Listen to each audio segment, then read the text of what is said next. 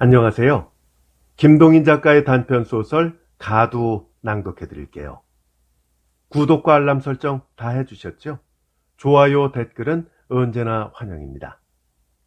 작가에 대한 소개는 저희 채널에 이미 김동인 작가의 작품들이 많이 올라가 있으니까 참고하시기 바랍니다. 단편소설 가두 소개해 드릴게요. 1938년 1월 삼천리 문학에 발표가 됐고요. 이 가두란 도시의 길거리를 뜻하는 말이지요.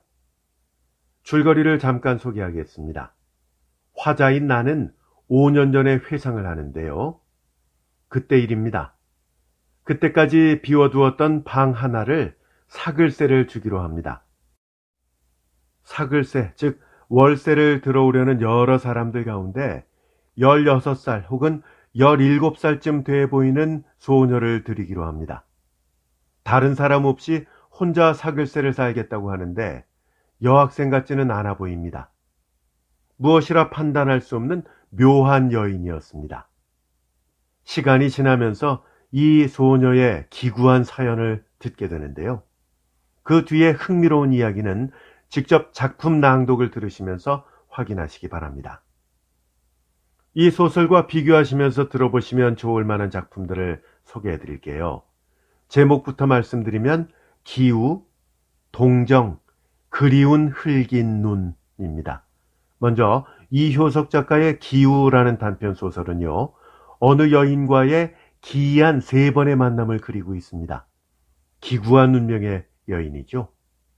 그리고 강경애 작가의 동정, 현진건 작가의 그리운 흙인 눈도 함께 추천드립니다. 두 작품 모두 흥미로운 소설들이거든요. 꼭 함께 들어보시면 좋겠습니다. 직접 검색을 하셔도 괜찮고요. 본 동영상 설명란에 링크 걸려 있으니까 좀 더 쉽게 만나보실 수 있겠습니다. 그리고 김동인 작가의 작품들만 모아놓은 재생 목록도 찾아보실 수 있죠. 뱃따라기, 화환, 사진과 표현지, 딸의 업을 이으려, 죄와 벌, 구두, 붉은 산, 증거 등의 단편소설을 만나보실 수 있겠습니다. 그럼 지금부터 김동인 작가의 단편소설 가두 낭독해 드릴게요. 5년 전 이맘때였다. 김장을 겨우 끝낸 뒤쯤이니까. 우리 집에는 우리 가족이 사용하는 큰 방과 건넌방 밖에 비워둔 뜰 아랫방이 하나 있다. 사글세를 주면 귀찮고 시끄럽고 집 더러워지고, 게다가 만약 불행히 술 먹는 사람이라도 들게 되면 그야말로 집안이 꼴이 되지 않을 뿐더러 자라나는 아이들에게도 영향이 되겠는지라 우리는 빈방이 있을지라도 사글세를 놓지를 않았었다. 한 달에 단 몇 원과 바꿀 수 없는 무형적 손해가 많기 때문에. 그랬는데 그에 따라 웬 까닭인지 아내도 사글세를 놓아볼 생각이 났었고, 나도 또한 그다지 깊이 생각하지 않고 그것을 승낙을 한 것이었다. 집주릅, 즉 복덕방에서는 연방 사글세 후보자를 데려왔다. 그러나 그 후보자들이 방을 이렇다 저렇다 평하기 전에 도리어 우리 쪽에서 후보자의 인물 선택을 엄의해서 들게 되는 사람이 쉽사리 나서지 않았다. 가족이 많으니 안 된다. 애들이 여럿이 달렸으니 안 된다.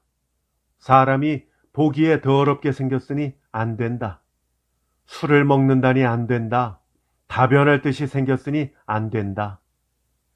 별의별 구실을 다 잡아가지고 그것은 마치 방을 새를 놓으려 한다는 것보다 안 놓기 위한 선택과 비슷하였다. 그 어느 날 또 한 후보자가 왔다. 후보자의 선택임에 응대는 일체로 아내에게 맡겼는지라 아내가 또 나갔다. 이번에 온 후보자라는 것은 16, 17세쯤 난 처녀 단 혼자였다. 네와 함께 왔는가 하였더니 함께 온 사람이 없었다. 나는 마음에 퀘스천 마크를 붙이고 유리창으로 내다보았다. 검정세로 치마에 초콜릿빛 구두를 신은 것으로 보아서는 학생 같았다. 그러나 머리가 너무도 길었다. 대체로 지금의 여학생은 단발을 하거나 그렇지 않으면 머리끝 단 한 치라도 자르는 법이다. 난대로 내버려 두는 사람은 전혀 없다. 그렇거늘 이 처녀는 머리에 가위가 닿아본 일이 분명히 없었다. 얼굴은 입이 약간 넓었지만 중쯤은 되는 편이었다. 키는 후리후리 컸다. 목소리는 가늘고 작고 느릿느릿하였다. 도대체 정체를 알 수가 없었다. 학생인가 하면 그렇지도 않았다. 학생에게는 분명히 학생의 티가 있어서 첫눈에 학생이라고 알아볼 수 있는 법이다. 점원인가 하면 점원도 아니었다. 다른 점은 그만두고라도 어느 점원이 지금 시대에 머리를 단 한 치도 자르지 않고 그냥 기르는 자가 있으랴. 그 얼굴은 아직 성을 모르는 여인이었다. 체격도 이성을 맛보지 못한 여인이었다. 16, 17세로 이성을 모르는 여인, 그럼에 카페 여급으로도 볼 수가 없었다. 낯가이로도 볼 수가 없었다. 기생의 알로도 볼 수가 없었다. 말하자면 무엇이라 판단을 내릴 수 없는 종류의 여인이었다. 아내는 혼자 있겠는가 동거자가 있느냐 물어보고 자기 혼자만이라는 대답을 들은 뒤에 나한테로 들어왔다. 둘지 안 둘지를 결정하고자. 우리는 협의한 결과 방문객, 더욱이 남자 방문객이 적어야 할 것, 저녁 후에는 대문을 걸으니까 밤 출입이 없어야 할 것, 떠들지 말아야 할 것, 깨끗해야 할 것 등등의 조건을 내서 그 승낙을 받은 뒤에 두기로 하였다. 두고 봄에 매우 순진한 여성이었다. 차차 그 정체도 알았다. 그의 본집은 애옥에 어디 있다 한다. 부모도 있었다. 그러나 기괴한 부모였다. 어머니는 홀어머니였다. 아버지는 홀어머니의 훈 남편이었다. 그런지라 전혀 혈족적 관계는 없었다. 이러한 부모 아닌 부모 아래서 길러나다가 금년 봄에 누구의 소개로 마산의 어떤 카페에 여급으로 가게 되었다. 거기서 어떤 젊은이를 알게 되었다. 어느 부잣집 소실의 아들이었다. 그 소녀는 이 처녀, 이름은 우정자라고 한다. 이 처녀에게 연애를 하자 청하였다. 이런 사회에서의 연애라 하는 것은 물론 성적 교섭을 뜻합니다. 정자는 성격이 비교적 견실하였다.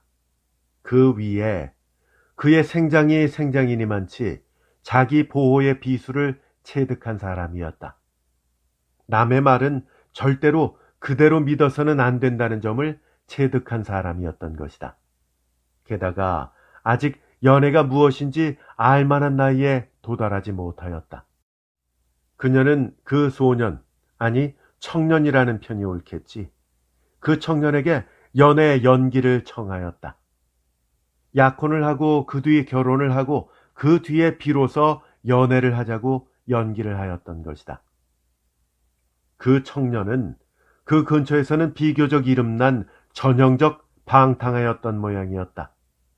부잣집 아들, 더욱이 소실의 아들이니만치 버릇없이 길러났고 돈에 부자유가 없이 놀아나니만치 금전의 위력이라는 것을 알았고 그의 노란한 부대가 비교적 작은 무대 마산이었더니만치 기고 만장을 지나서 기고 백만장은 되었을 것이고 이런 성격의 사람으로서 그가 놀아나는 무대인 마산의 매녀라는 매녀는 하나도 빼놓지 않고 집어세우던 그가 여기서 뜻밖의 한 개 암초에 걸린 것이었다.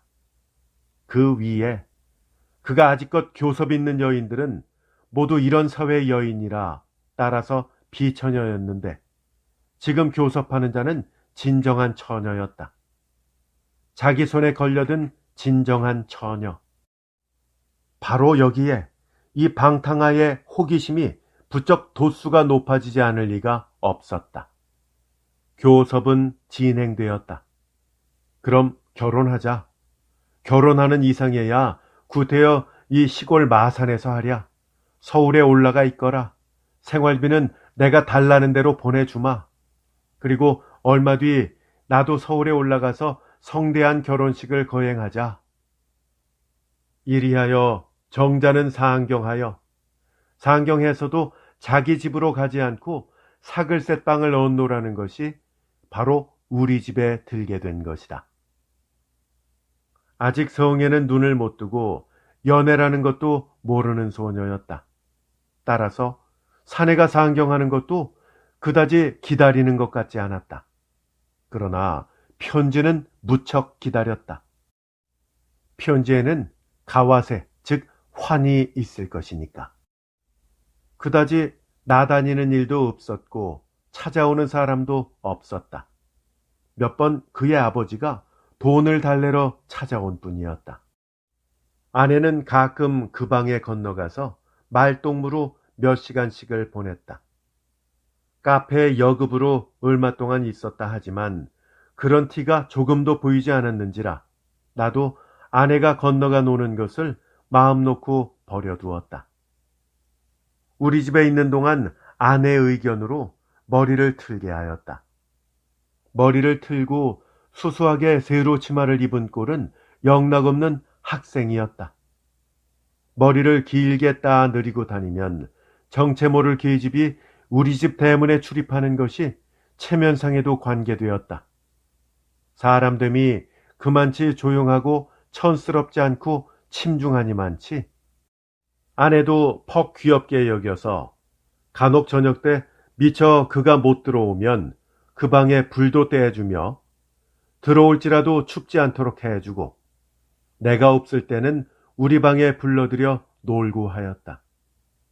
나를 펑 무서워해서 내가 집에 있는 동안은 웃음소리 한번 크게 못 내고 중문 출입에도 문 여닫는 소리도 안 나게 조심조심히 지냈다. 겨울 음력 연말이 돼서 사내되는 사람이 상경했다. 나는 퍽 호기심을 갖고 인제 전개될 장면을 관찰하려 하였다. 정자는 사내를 위하여 저녁을 짓고 스키야키를 만들고 하였다. 그 태도를 나는 관찰한 것이었다.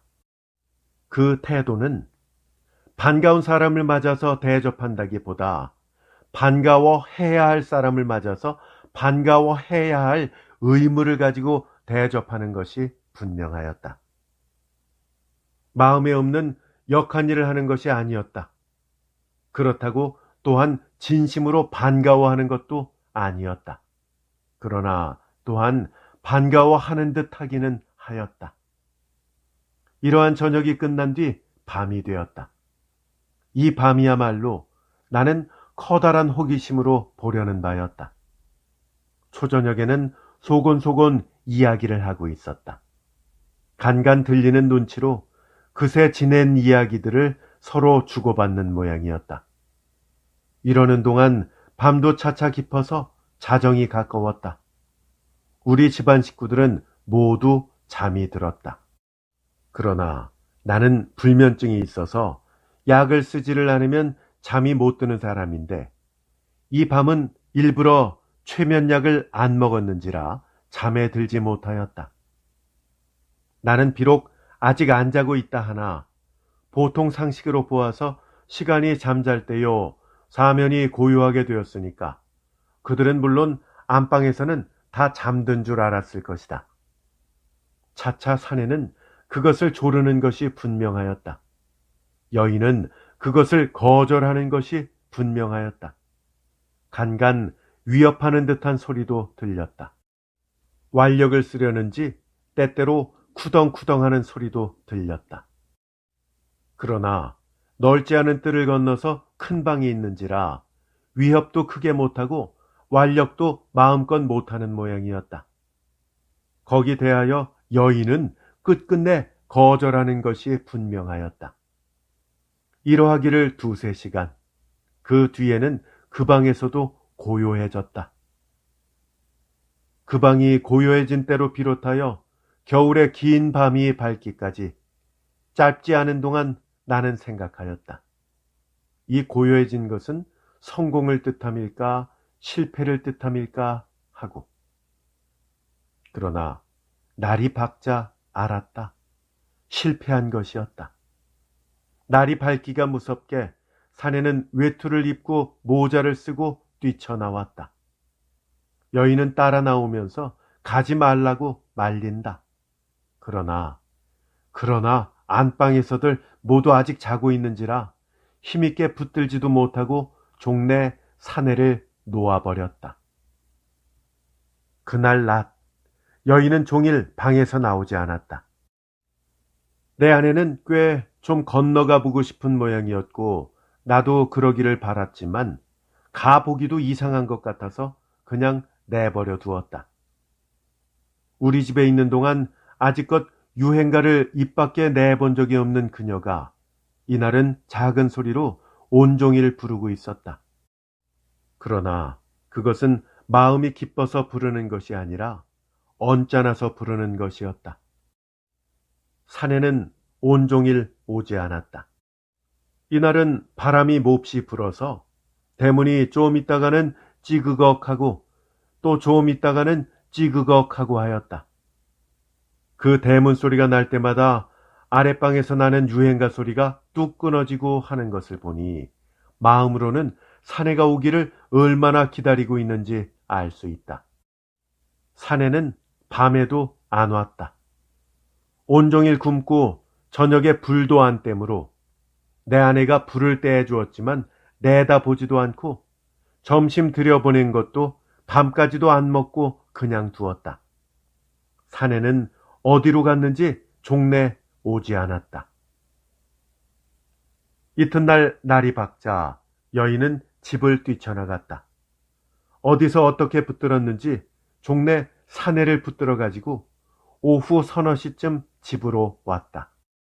작은 소리로나마 언쟁이 시작되었다.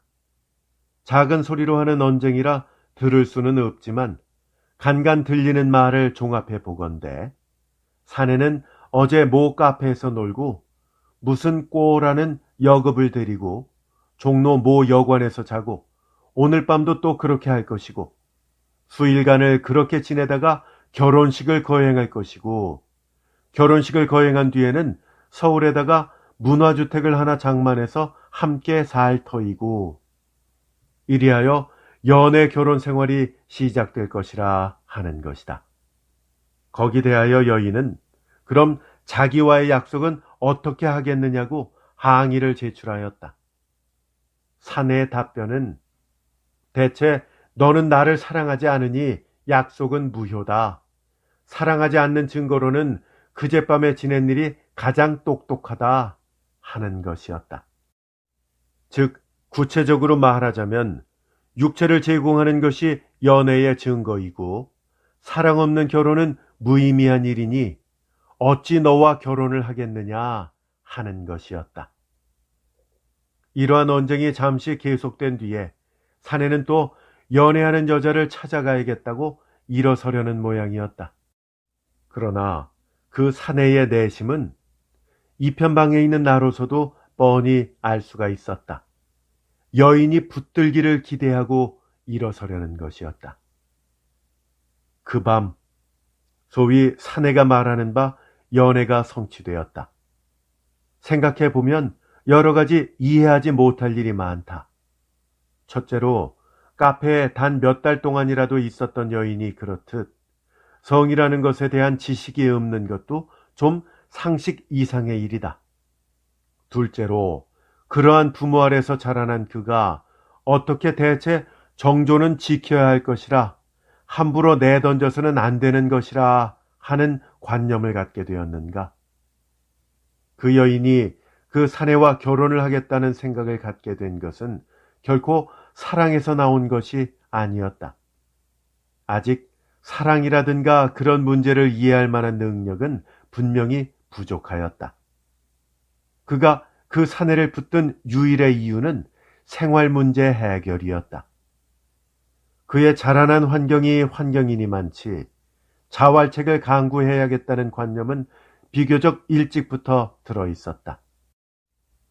그리고 여인이 자활하기 위해서는 생활이 안정된 지아비를 얻는 것이 가장 경편하고 안전한 방식이라는 판단이 그녀의 마음속에 박혀 있었다. 이 때문에 부잣집 아들을 하나 골라낸 것이었다. 이러한 사회의 여인들의 보통 가지는 관념이라는 것은 만나는 저녁은 부부요, 이튿날 아침은 남남끼리라. 이 사내에게서 5원, 저 사내에게서 7원, 내일 일은 생각할 바가 아니라.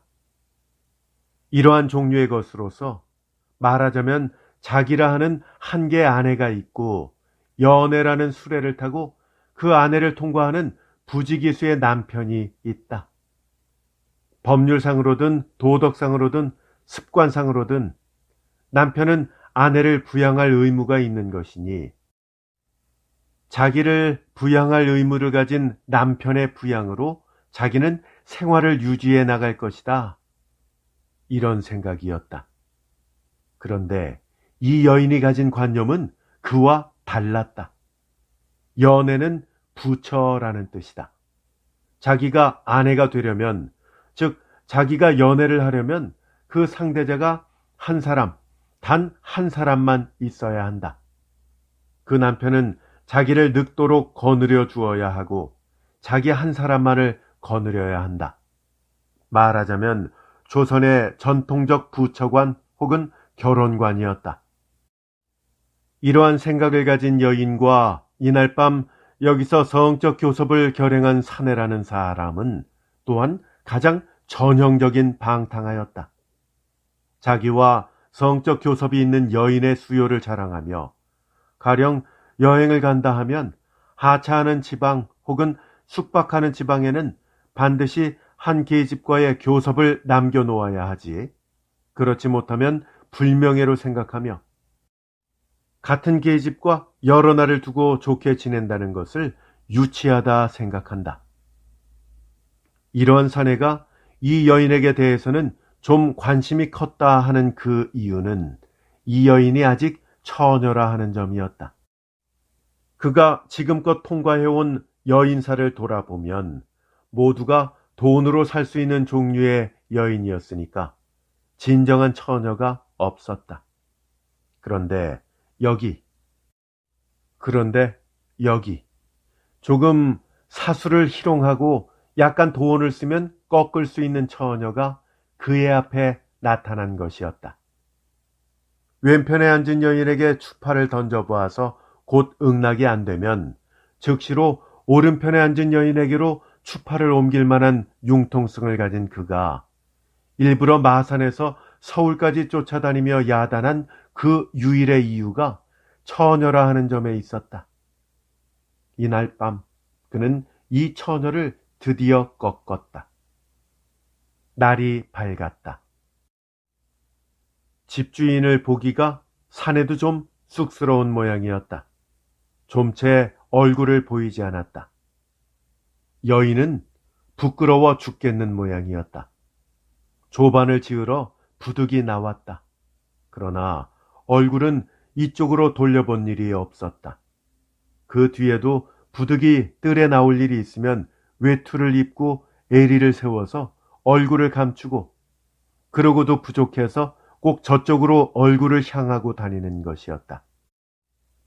이러기를 4, 5일이 지났다.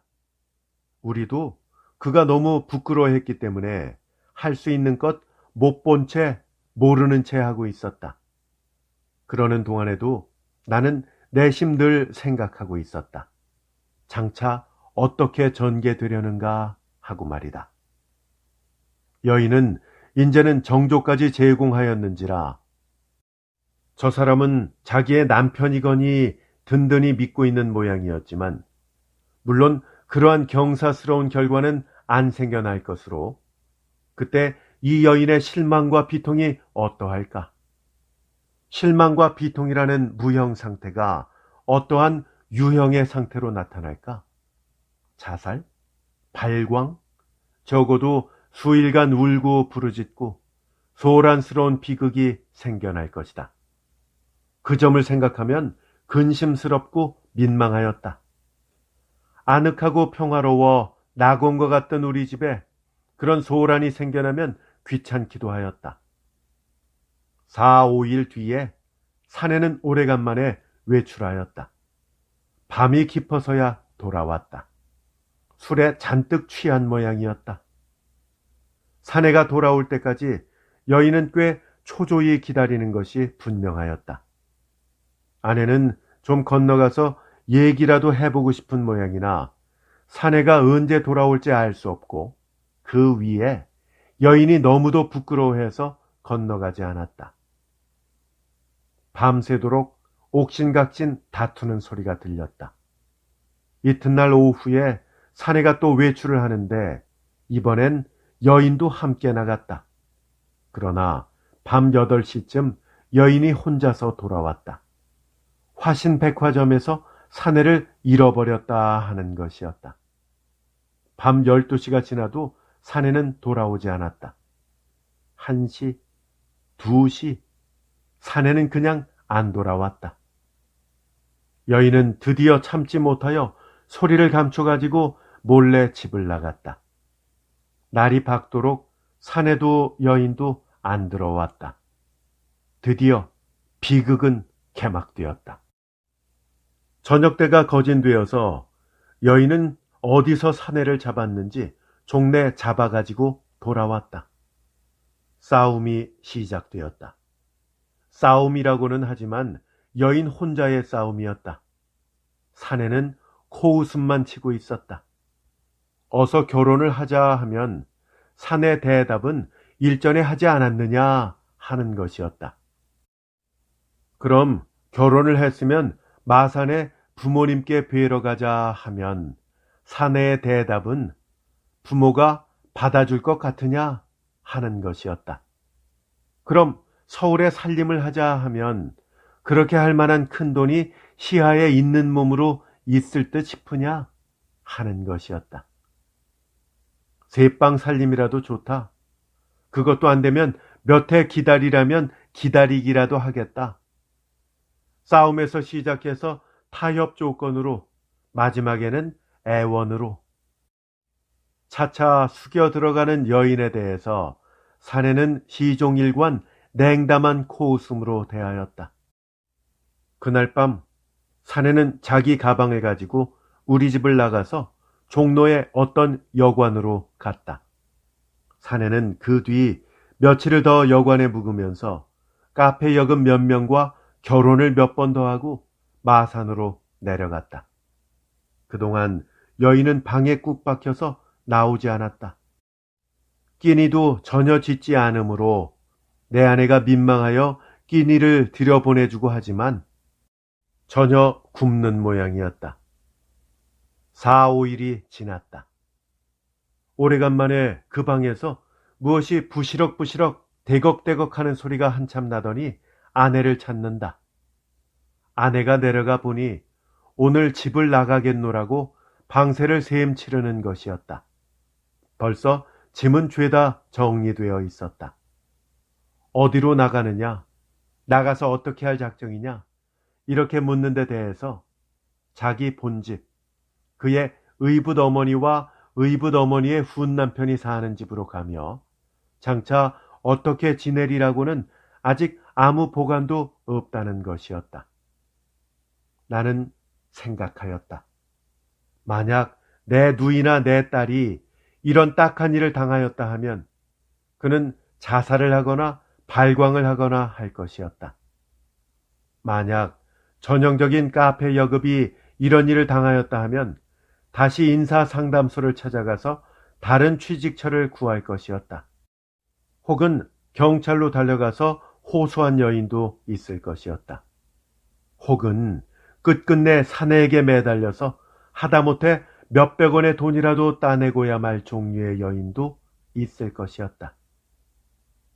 하지만 그도 이도 다 버리고 자기와는 호족부 이외에는 아무 관계도 없는 부모의 집으로 돌아가며 그 돌아간다는 것이 얻어먹기를 위함이 아니오 단지 생활 방침을 새로 세우기까지 집세 안 내고 있을 장소를 택한 것이라는 점을 생각할 때 일종의 여장부를 본 듯한 느낌을 받았다. 여인이라는 점과 미모라는 점이 생활에 커다란 무기가 된다는 점을 아직 이해하지 못하리만치 단순하면서도 또한 사람의 살림살이라는 것이 얼마나 어렵고 고달픈지는 넉넉히 아는 그가 자기의 생활을 재출발함에 있어서 아무 보관도 가지지 못하고도 또한 아무 공포도 없이 가면이 나서려 하는 것은 내게는 적지 않은 경이였다. 사람이란 생장한 환경에 따라서는 생활이라는 데 대해서 이렇듯 대담 혹은 무관심하게 되는 것인가? 이미 이성을 난 그인지라 장차 얼마 지나지 않아서 자기 생활의 거대한 두 가지 무기를 알게야 되겠지. 하지만 그때까지 그는 자기 입에 무엇으로써 풀칠을 해가려나? 짐꾼을 불러서 많지 않은 짐을 지워 앞세우고 우리 집을 나가는 그의 뒷모양을 나는 유리창을 건너 내다보며 위와 같은 생각을 하고 있었다. 김동인 작가의 단편소설 가두 낭독해드렸습니다. 잘 감상하셨는지요? 오프닝에 말씀드린 대로 이효석 작가의 기우, 강경애 작가의 동정, 현진건 작가의 그리운 흘긴 눈 함께 추천드립니다. 끝까지 함께 해주셔서 대단히 감사합니다.